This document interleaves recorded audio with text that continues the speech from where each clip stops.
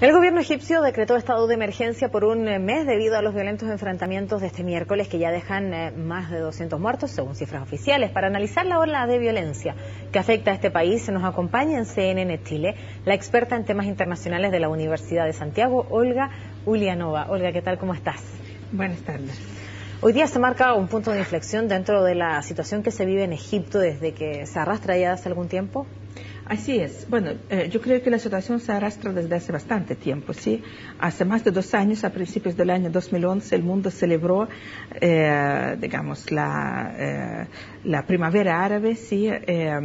La caída de los regímenes autoritarios, corruptos, burocráticos, que habían gobernado en varios de los países árabes, en los más importantes, entre ellos Egipto, durante décadas, ¿sí? Hosni Mubarak, el presidente que fue derrocado en esa oportunidad, estaba gobernando desde el año 81, cuando asumió, reemplazando al anterior presidente Sadat, también militar, bueno, digamos que a su vez heredó al fundador de Egipto moderno, Gamal Abdel Nasser, ¿sí? Se trata de un régimen que comenzó como un régimen nacionalista, anticolonial, desarrollista, que hizo reformas muy importantes, que sacó a Egipto adelante, pero mientras tanto, siendo un régimen militar, estando en el poder, si contamos desde Nasser hasta hoy día, ya van más de 50, casi 60 años, sí, el régimen se corrompió, digamos, perdió todo, digamos, capacidad de, ¿cómo se llama?, de avanzar, y además el mismo país, mientras tanto, se haya transformado,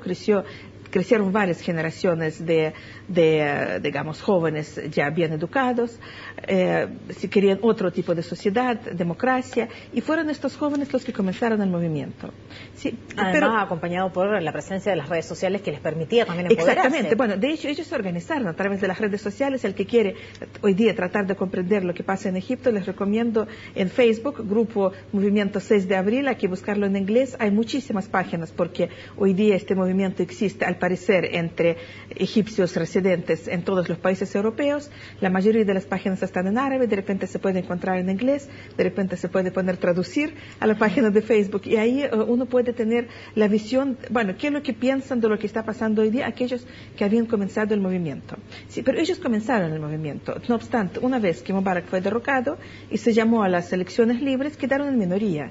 Es decir, Egipto, un país todavía muy pobre, tremendamente desigual, la enorme masa digamos, del pueblo, de los trabajadores rurales, urbanos, cesantes, qué sé yo, semi-marginales, etcétera, todavía viven en un mundo de otras categorías, ¿sí?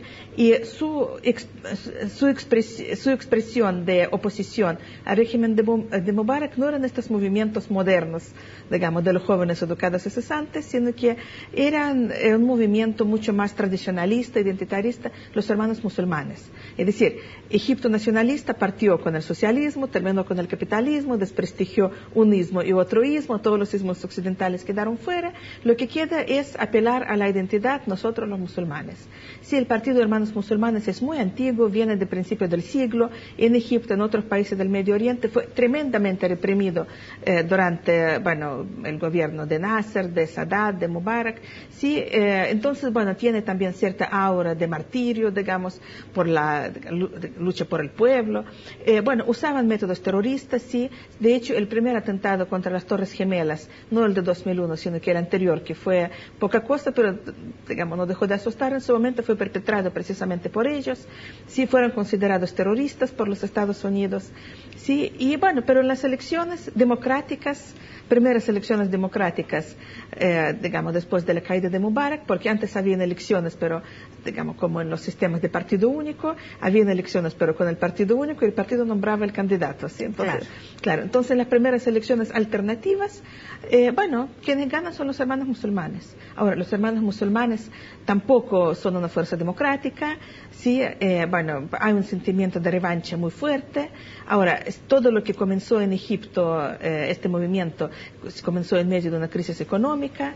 En esos 2 años que los hermanos musulmanes estaban en el poder, la situación económica empeoró aún más, no lograron arreglar nada, sí, y al mismo tiempo, como no sabían qué hacer con la economía, bueno, más bien se dedicaron a otras cosas, a lo que sabían hacer, y lo que para ellos era mucho más importante es tratar de reformar de manera, digamos, islamista, ¿cómo se llama? Digamos, el mundo no el mundo, el ambiente, digamos, político, cultural, etcétera. Lo que a su vez provocó la reacción digamos, no solamente de aquellos que quedaron fuera, de los resultados de esta revolución, sino que también de muchos partidarios del antiguo régimen que de todas maneras gobernó durante 50 años. Mucha gente fue formada durante esta época, un Egipto que trataba de alguna manera de ser moderno, aunque autoritario. Sí, entonces, y precisamente eso provocó la reacción que llevó al derrocamiento por parte de las Fuerzas Armadas. Las Fuerzas Armadas es prácticamente la primera y durante mucho tiempo la única institución del Estado que Egipto tenía, porque cuando se logra la independencia lo primero que se crea son las Fuerzas Armadas, y después las Fuerzas Armadas se ocupan de todo, como en muchos países postcoloniales. Sí, y bueno, las Fuerzas Armadas son las que derrocan a Musri hace un mes, un poquito más de un mes, 3 de julio. Exacto, y ahí, bueno, nos hemos enfrentado a esa situación y desde ahí en adelante es que la situación y la violencia ha ido en aumento y hoy día ha sido un día fundamental porque finalmente también se ha decretado este estado de emergencia y con las leyes que eso conlleva. ¿Qué significa lo que ha ocurrido hoy en Egipto? Y además aprovecho de preguntarle al tiro, ¿qué significa? Más allá de lo estrictamente cotidiano que significa la renuncia de El Baradei, ¿qué significa simbólicamente cuando él renuncia y él dice que estas decisiones que no estoy de acuerdo y cuyas consecuencias temo, no puedo asumir la responsabilidad de una sola gota de sangre, cierro comillas, porque con eso también él renuncia? ¿Qué marca lo que ha ocurrido el día de hoy en Egipto? A ver, yo creo que es un punto tremendamente importante. No quiero pensar que sea punto sin retorno, pero en realidad parece inicio de una guerra civil. Y ya tenemos una guerra civil en la región que nadie sabe cómo pararla, la que ocurre en Siria. Sí, cuando los militares...